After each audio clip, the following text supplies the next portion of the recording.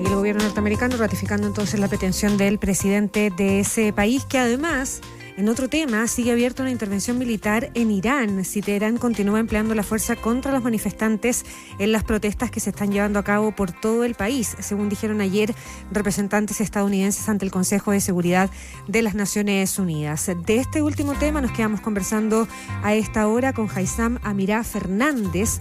Él es director del Centro de Estudios Árabes Contemporáneos, investigador, escritor y politólogo español y jordano, especializado en relaciones internacionales y políticas del mundo árabe contemporáneo. Haitham, bienvenido a Chile. Buen día.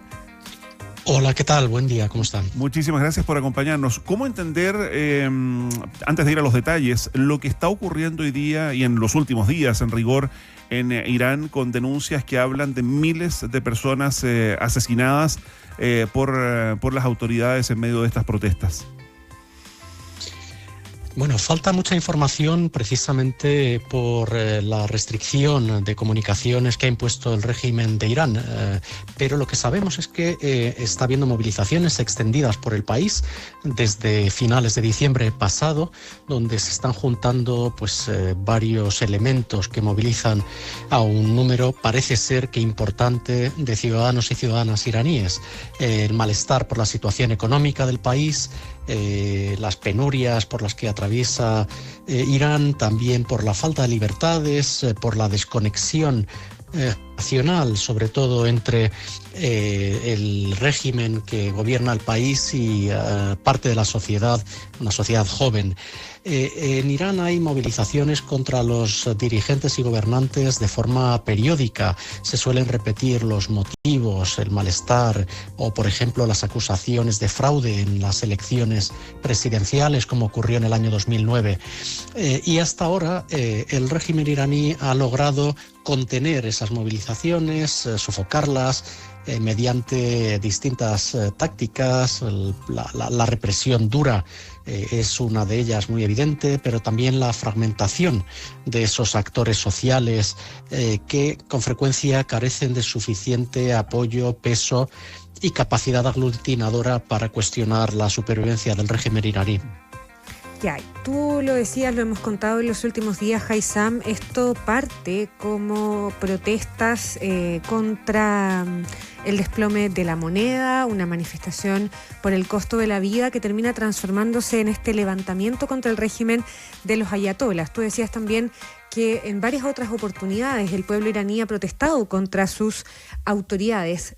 ¿Cuál es la gran diferencia de la protesta de hoy con las anteriores? La falta de control, cómo se le ha ido al gobierno, a la autoridad presidencial o a los ayatolas el control de esta protesta y, por cierto, las cifras de represión que en algún momento han elevado por sobre los 3.000 los muertos en este contexto.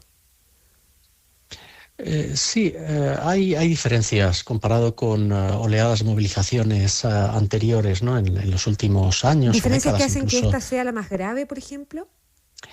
Insisto en que todavía nos falta bastante información para saber tener una imagen más clara de lo que está ocurriendo dentro del país, tanto por las dimensiones de la movilización, quiénes son los actores que se han movilizado, si tienen un elemento aglutinador, y también las dimensiones del coste de esta represión en vidas humanas, ¿no?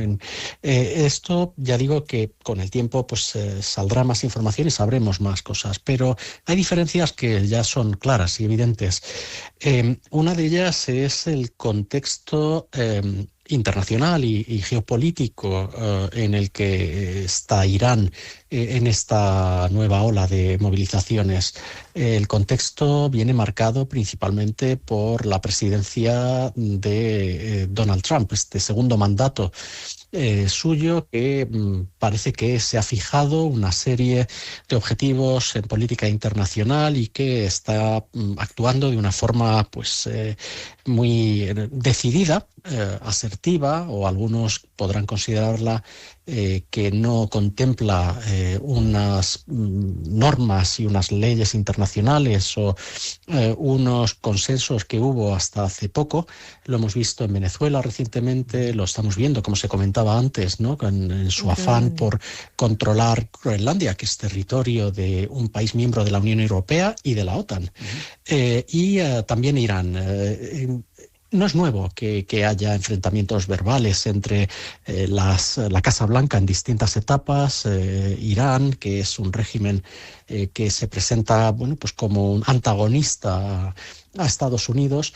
Hay un elemento añadido también aquí, que es Israel y el gobierno de Israel liderado por Benjamín Netanyahu, su primer ministro, una coalición que pues tiene elementos dentro de esa coalición extremistas. Netanyahu lleva más de 3 décadas pidiendo a Estados Unidos que ataque a Irán y bombardee Irán con el fin de derrocar al régimen iraní o pues colapsar el Estado iraní incluso. Y el argumento principal que utiliza Netanyahu desde por lo menos los años 90 del siglo pasado es que Irán está a pocos meses de conseguir la bomba atómica. Eso lo vemos en entrevistas que se pueden encontrar en Internet, en sus comparecencias ante los medios, cuando ha declarado ante el Congreso de Estados Unidos.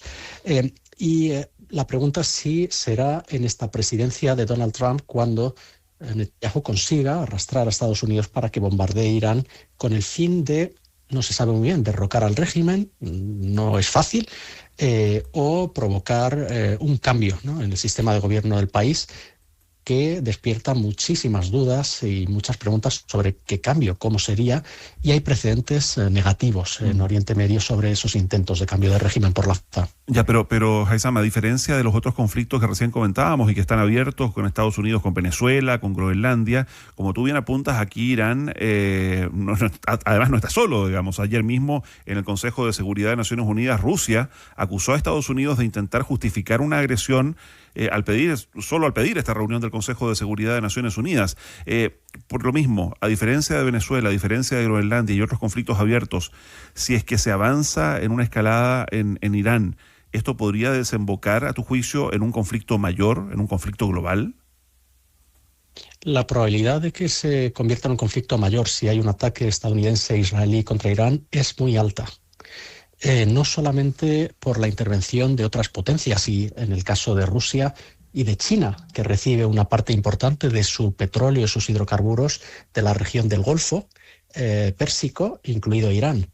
Esto también puede generar, si hay un ataque a gran escala y hay un colapso tal vez del Estado iraní y de su régimen político, puede generar inestabilidad en todo el vecindario. Estamos hablando del Golfo Pérsico, Oriente Medio, parte de Asia Central. Irán es un elemento muy importante en ese vecindario por su superficie, por la población que tiene, más de 80 millones de habitantes, también por sus recursos energéticos y luego también por su capacidad militar. Es un país que se ha sentido acorralado durante décadas, que siente que Estados Unidos tiene bases militares en todo su vecindario, que además se confirmó esa sensación de estar acorralado el pasado mes de junio, cuando Israel lanzó una guerra contra Irán y se intercambiaron durante 12 días ataques directos desde sus respectivos territorios, que culminaron con un cierre en falso, con un bombardeo puntual de Estados Unidos en territorio iraní. Irán tiene capacidad de responder. Es verdad que la asimetría de fuerza es muy grande, pero puede generar muchos problemas y mucha inestabilidad en una región que es la principal productora de petróleo, de gas natural del mundo. Mucho de esos recursos, muchos van hacia el continente asiático. Es decir, puede haber ramificaciones importantes si hay una acción estadounidense e israelí sin medir bien lo que ocurre el día después, cuál es el plan para, si quieren acabar con el régimen, qué es lo que le reemplaza y cómo se mantiene una estabilidad y cierto orden en esa parte importante del mundo. El precedente de 2003 en Irak, país vecino de Irán, cuando Estados Unidos y otros países llevaron a cabo un cambio de régimen por la fuerza, ese precedente no tranquiliza, porque lo que ocurrió después del derrocamiento de Saddam Hussein no fue más estabilidad, ni paz, ni de hecho, se ha puesto mucho orden como ejemplo para el país. A propósito de la intervención venezolana, incluso estamos conversando con Haysam Amirá Fernández, director del Centro de Estudios Árabes Contemporáneos, decíamos investigador, escritor y politólogo español y jordano. Haysam, lo de las las protestas, lo de la represión, lo de los muertos. Ayer yo mencionaba el Consejo de Seguridad de Naciones Unidas que trató este tema sobre lo que está pasando en Irán. Podría ser utilizado o está siendo utilizado directamente por Donald Trump en este segundo mandato como la excusa para concretar aspiraciones que no son nuevas en Irán? Bueno, aquí hay muchos factores a tener en cuenta. El argumento principal que está utilizando el presidente de Estados Unidos cuando advierte y amenaza que puede atacar a Irán es la muerte de manifestantes iraníes a manos del régimen en estas últimas semanas de movilizaciones.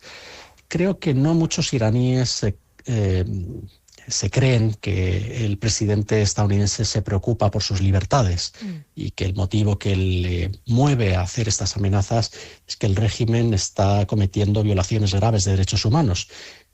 Por desgracia hay muchos regímenes que cometen violaciones graves de derechos humanos, claro, y en el vecindario de Irán también, y en algunos casos con un número de muertos inocentes civiles muy, muy superiores a lo que sabemos hasta ahora de lo que está ocurriendo en Irán. Bueno, se da el caso de que Irán es un país con muchos recursos energéticos, con petróleo, se repite este patrón, ¿no? Y que hay un elemento muy importante, que es el elemento Israel, para el cual Irán es su archienemigo regional. Eso es una cosa. Otra cosa es cómo se lleva a cabo lo que quiere hacer Estados Unidos primero y definir cuál es el objetivo para saber qué medios están disponibles, qué voluntad de utilizarlos. Hay muchas dudas ahora mismo sobre lo que está ocurriendo, hay mucha guerra psicológica, avisos de que se están evacuando bases estadounidenses en la región. Todo esto es aumentar la presión, crear un estado de ánimo.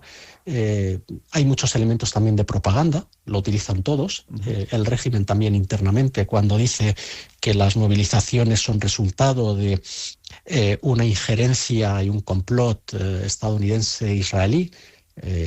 Bueno, al final esto veremos en fechas cercanas si se opta por una vía de una negociación y concesiones y un diálogo indirecto, o si Estados Unidos e Israel van adelante con las amenazas y bombardean a Irán. No sabemos muy bien con qué objetivo. Derrocar al régimen, en fin, no es un régimen simple que dependa de una sola persona. Hay una complejidad importante. Tiene una capacidad de respuesta militar y, sobre todo, su disuasión no es convencional en el caso de Irán, porque amenaza con incendiar toda la región llena de petróleo y de gas natural, que tendría una consecuencia enorme para todo el sistema internacional si es que el régimen se siente ante una amenaza existencial. Investigador, escritor y politólogo español y jordano, director además del Centro de Estudios Árabes Contemporáneos, Haitham Amirah Fernández, muchísimas gracias por estos minutos con Radio ADN en Chile. Haitham, gracias. Muchas gracias a ustedes.